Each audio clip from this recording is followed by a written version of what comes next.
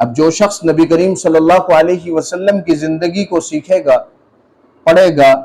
اس پر عمل کرے گا تو اللہ تبارک و تعالی دنیا میں بھی اسے کامیاب فرمائیں گے اور آخرت میں بھی اسے کامیاب فرمائیں گے۔ ایک تو نبی کریم صلی اللہ علیہ وسلم سے محبت کا دعویٰ ہے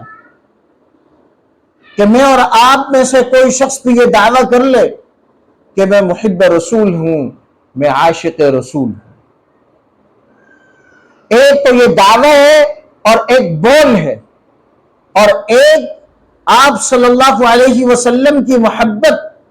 اور آپ صلی اللہ علیہ وسلم سے سچا عشق اللہ نے اسے قرآن میں بیان کیا۔ اللہ فرمانے میرے محبوب قل ان کنتم تحبون اللہ فاتبعونی یحببکم اللہ، میرے محبوب آپ اپنی امت سے کہہ دیجئے، ایمان والوں سے کہہ دیجئے، ان کنتم تحبون اللہ، اگر تم یہ چاہتے ہو کہ اللہ تم سے محبت کرے تو تمہیں چاہیے کہ فاتبعونی،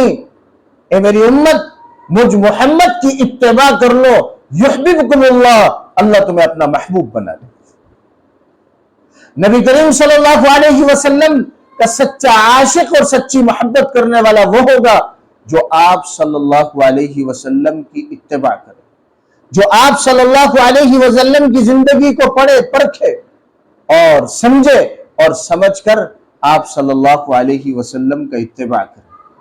چنانچہ نبی کریم صلی اللہ علیہ وسلم نے ارشاد فرمایا علیکم بسنتی،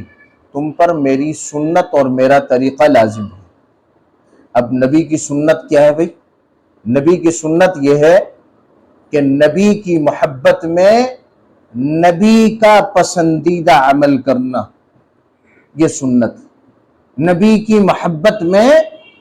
نبی کا پسندیدہ عمل کرنا یہ سنت، اور نبی کی محبت میں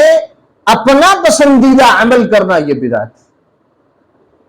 یہ بات بہت اچھے طریقے سے سننے کی بھی ہے، سمجھنے کی بھی ہے کہ نبی کریم صلی اللہ علیہ وسلم کی سنت یہ ہے کہ آپ صلی اللہ علیہ وسلم کی محبت میں آپ صلی اللہ علیہ وسلم کے پسندیدہ عمل کو کرنا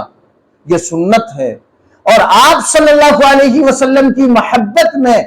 اپنی پسند والا عمل کرنا یہ بدعت اور خطرناک بدعت ہے کہ ایک طرف تو وہ نبی سے محبت کا دعویٰ بھی کر رہا ہے اور دوسری طرف اپنی خواہشات کی تکمیل کر رہا ہے، نبی کا نام لے کر اپنی خواہشات کی تکمیل کر رہا ہے، حالانکہ نبی سے جو محبت ہے، نبی کو